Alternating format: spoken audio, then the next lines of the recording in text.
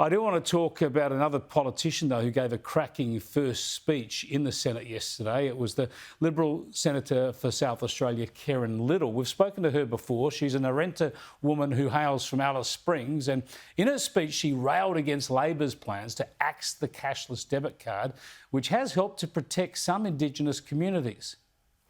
The card is an important part of a broader suite of solutions. It gives power and respite to the most vulnerable men, women and children and the elderly. Yes, those who need it most, and it is those people, not the drinkers and drug users, not the abusers, who will suffer the most from its withdrawal. I spoke with Senator Liddle earlier, congratulated her on her speech and asked her why the cashless debit card was such an important issue for her. Look, I think the first speech provides an opportunity for me to talk about the issues that were really important to me and clarify how I will approach all of the issues that we will be presented with in this term of Parliament. The cashless debit card is a really important issue for me because in the state of South Australia we have the cashless debit card in Ceduna, but also obviously the card exists in other areas across Australia in different forms. I've heard firsthand how people say this is really helping some people in those communities. Do you fear that getting rid of the cashless debit card could increase domestic violence, drug abuse, could actually end up with lives being lost? Well, it's interesting you use the word fear because, you know, it's been really clear to me for quite some time that people who actually support the card and the benefits that they have seen in their own communities from the card actually fear speaking out even against the card. So, you know, there's that level of fear. And then there's a fear of people actually who talk to me and say, look, we've experienced the turmoil in our lives. We don't want to revisit it.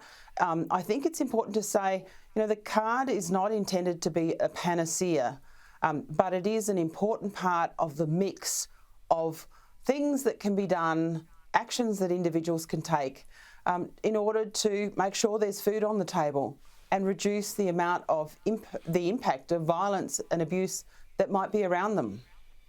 But you've dealt with these issues in South Australia and in the Northern Territory. You've dealt firsthand with people who have suffered from all sorts of abuse and torment, whether it's through drugs, through gambling, through domestic violence. What do you think will happen if the communities that currently have access to the cashless debit card no longer can do so? Well, I guess the fundamental question that I actually asked in my first speech yesterday was, when people are screaming human rights, whose rights are they actually talking about? Is it the people that are going to be most affected by this? Is it the children? Is it the mothers? Is it the men? Is it the elders that we know fill the hospitals and the morgues sometimes? I know that from personal experience when alcohol-fuelled violence is let rip in a community. And I think it's really important if the Labor Party wants to remove the cashless debit card and they're insistent on that there's a proper, orderly transition to help these people to adjust.